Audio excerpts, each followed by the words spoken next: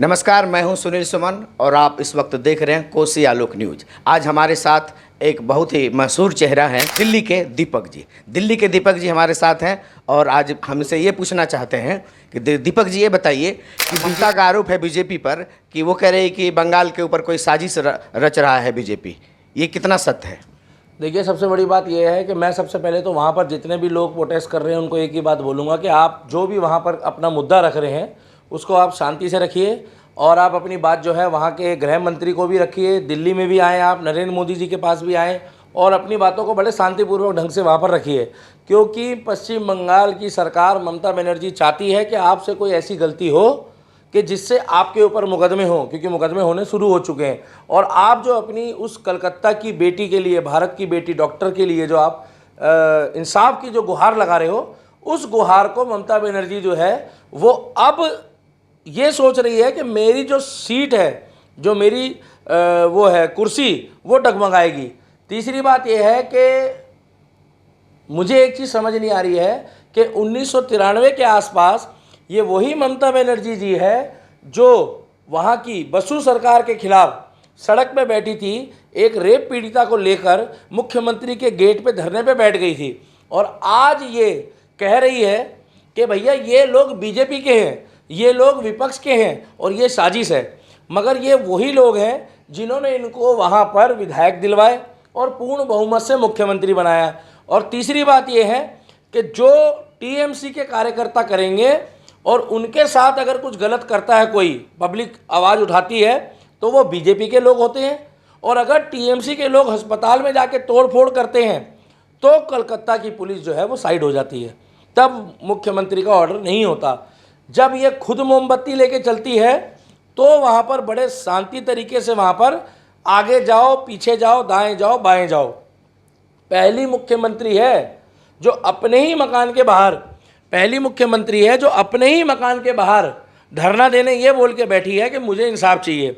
मुझे हंसी ये आती है कि मुख्यमंत्री से इंसाफ मांग रहा है और रोना ये आता है कि उस डॉक्टर जो हमारी बहन है, बंगाल की बेटी, भारत की बेटी, उसको कब इंसाफ मिलेगा। और जिनका नाम ही ममता बनर्जी है, आज उनकी ममता कहाँ चली गई जो किसी को नहीं दिख रही है।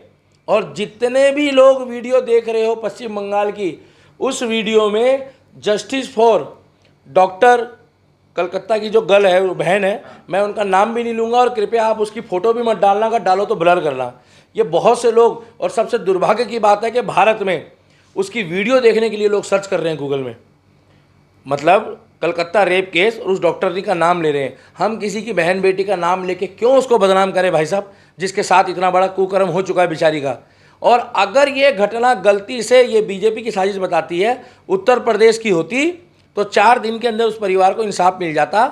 जो आज व्यक्ति पिछले 15 से 20 दिनों से कभी सीबीआई के दफ्तर, कभी कलकत्ता पुलिस के पास, कभी अस्पताल, कभी कोर्ट, कभी कचहरी, और आराम से बैठकर कलकत्ता में बिरयानी खा रहा है, वो ममता से बंगाल संभल नहीं रहा है क्या? ऐसे में राष्ट्रपति बिल्कुल राष्ट्रपति शासन लगा दो। मैं तो मोदी जी से एक ही विनती करूंगा हाथ जोड़ के कि राजनीति करने के बजाय, एक दूसरे पर कीचड़ उछालने के बजाय, देखिए वो एक डॉक्टर की लड़की है, वो कोई डॉक्टर इतना बड़ा अधिकारी नहीं है, ना वो डॉक्टर को इतना बड़ा सक्षम व्यक्ति था कि उसका कोई पॉलिटिकली बैकग्राउंड हो। भगवान ना करे अगर ये कोई जज की बेटी होती, कोई बड़ी अधिकारी की बेटी होती, कोई पुलिस वाले की बेटी होती, या किसी बहुत बड़े कोई पॉलिटिक्स बैकग्राउंड वाले की बेटी होती, भगवान ना करे किसी भी बहन बेटी का ऐसा ना हो, तो मैं गारंटी दे रहा हूँ 2 दिन के अंदर उसको इंसाफ मिल जाता परिवार को, जिस तरीके से उत्तर प्रदेश में मिलता है। मगर वो एक साधारण परिवार की लड़की थी, एक साधारण परिवार से उठ के उसको किस तरीके से उसके पिताजी ने इंटरव्यू दिया है, ये मैं नहीं बोल रहा हूँ, कि उसको वो केस को मोड़ दिया गया पूरा रात में और उसके पिताजी को गुमराह किया। नेक्स्ट डे बहुत जल्दी उसकी बॉडी को डिस्ट्रॉय करा गया, जलाया गया जल्दी से जल्दी, ये मुद्दा ख़त्म हो, शांत हो। मगर बंगाल की जनता जागरूक है, बंगाल की जनता जगी हुई है। मगर मैं फिर भी ये कहूँगा कि अगर आपकी कोई मांगे हैं तो आप शांतिपूर्वक ढंग से अपनी मांगों को रखो, उग्र ना हो आप।